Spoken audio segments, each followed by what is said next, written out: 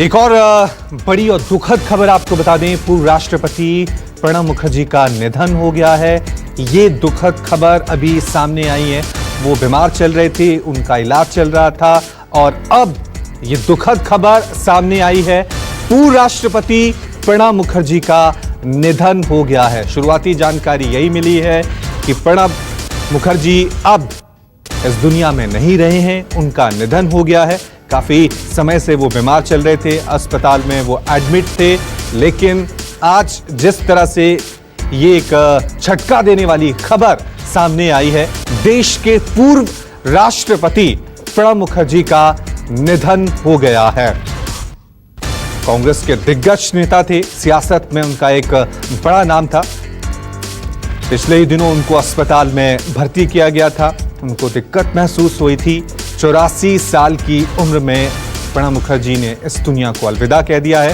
प्रणब मुखर्जी के बेटे ने खुद ट्वीट करके ये जानकारी दी है कि अब उनके पिता इस दुनिया में नहीं रहे हैं, उनका निधन हो गया है। इससे पहले भी इस तरह की अटकलें लगाई गई थी कि उनकी तबीयत बहुत ज़्यादा खराब हो गई है, लेकिन आज ये दुखद खबर सामने आ गई है कि देश के पूर्व राष्ट्रपति प्रणब मुखर्जी अब हमारे बीच नहीं रहे हैं। 84 साल की उम्र में उनका निधन हो गया है।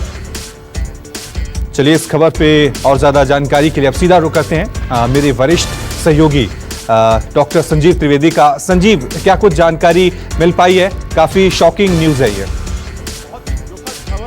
ये आपको देनी है कि 84 साल के उम्र में पूर्व राष्ट्रपति प्रणब मुखर्जी नहीं रहे, हमारे बीच नहीं होने की उनकी सूचना, उनके मृत्यु की सूचना आपसे कुछ देर पहले उनके बेटे पूर्व सांसद अभिजीत मुखर्जी ने ट्वीट कर दी है। उन्होंने देश को ये जानकारी दी है कि पूर्व राष्ट्रपति, जो कि research and referral hospital, army hospital, Delhi के आर्मी हॉस्पिटल में भर्ती थे, वे अब नहीं रहे।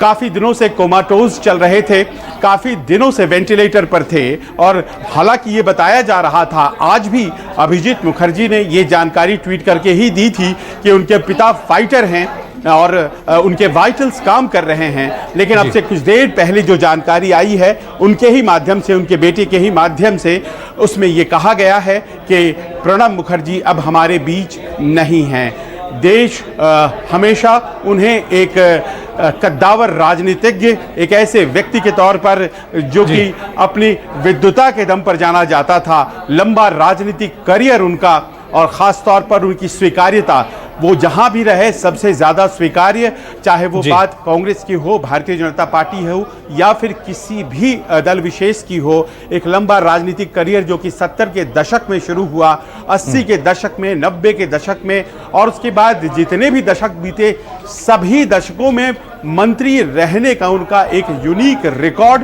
जो कि उनके पीछे रह जाएगा। प्रणब मुखर्जी अब हमारे बीच नहीं हैं और ये देश के लिए एक अपूर्णीय क्षति है। जी बिल्कुल, देश के लिए ये अपूर्णीय क्षति है संजीव, और ये भी कह सकते हैं कि देश की सियासत में आज एक युग का अंत हो गया। चाहे कांग्रेस की बात करें, कांग्रेस में जब भी वो रहे वहां भी उनका एक बड़ा नाम रहा, उनकी एक बड़े फैसलों की एक पहचान रही, और जब राष्ट्रपति रहे तब भी वो सुर्खियों में रहे।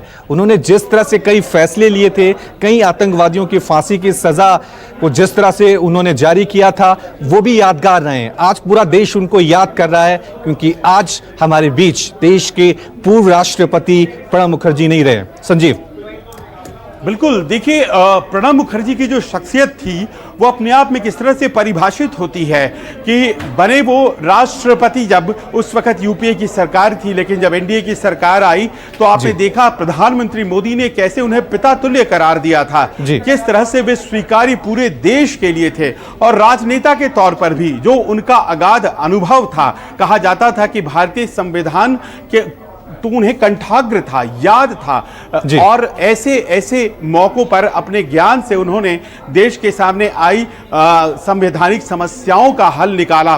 उनका राजनीतिक करियर, समाज सेवा दोनों अगर हम समानांतर रखें तो अपने आप में ये कहना ज़्यादा उचित होगा कि राजनीतिक करियर को समाज सेवी के तौर पर उन्होंने जिया और कभी भी इतने लंबे राजनीतिक करियर में किसी के प्रति कोई राग द्वेष, किसी के प्रति कोई फेवर या किसी की तरह कोई भय, कहीं भी इस बात का परिचय नहीं। एक बड़ा ही विराट पर्सनालिटी, एक बड़ा ही विराट व्यक्तित्व प्रणब मुखर्जी का था। वो देखने में थोड़े छोटे थे लेकिन उनका व्यक्तित्व कहीं विराट, और उन्हें सीधे सामने से कवर करने का जो अनुभव था उसमें हम लोगों ने पाया कि बहुत ही क्षण नाराज हो जाएं, क्षण खुश हो जाते थे। बहुत ही सिंपल हृदय के व्यक्ति, और कहा यही जाता था कि जब कांग्रेस पार्टी में समस्याएं जो हैं वो विकट हो जाती थी तो कांग्रेस के अध्यक्ष चाहे इंदिरा जी रही हो या सोनिया गांधी या राहुल गांधी रहे हों, सब उन्हीं के पास जाते थे और समस्याओं का निदान पाते थे। बहुत ही सादगी भरा जीवन जीते थे, सुबह से लेकर शाम तक काम, और उसके बाद हर दिन जाड़ा गर्मी बरसात रात में स्नान करने के बाद पढ़ाई किया करते थे। वो पढ़ते थे बहुत ज़्यादा और उसी का असर था कि कहीं ना कहीं उनके अंदर वो एक भाव था, एक विद्वान राजनेता जो होता है उसकी एक छवि भी थी।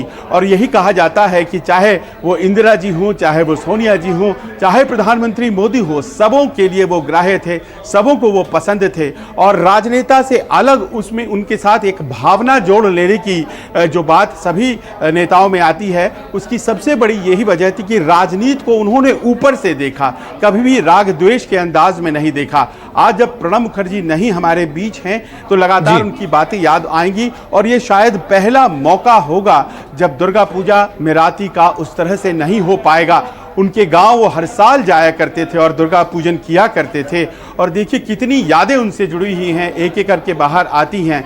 संसद भवन में वित्त मंत्री के तौर पर, रक्षा मंत्री के तौर पर जब लगातार उन्हें कवर किया जाता था तो उनकी सादगी जो है वो हमेशा याद आएगी। किस तरह से वो हम पत्रकारों से पेश आते थे, तुरंत नाराज होते थे, तुरंत खुश भी हो जाते थे।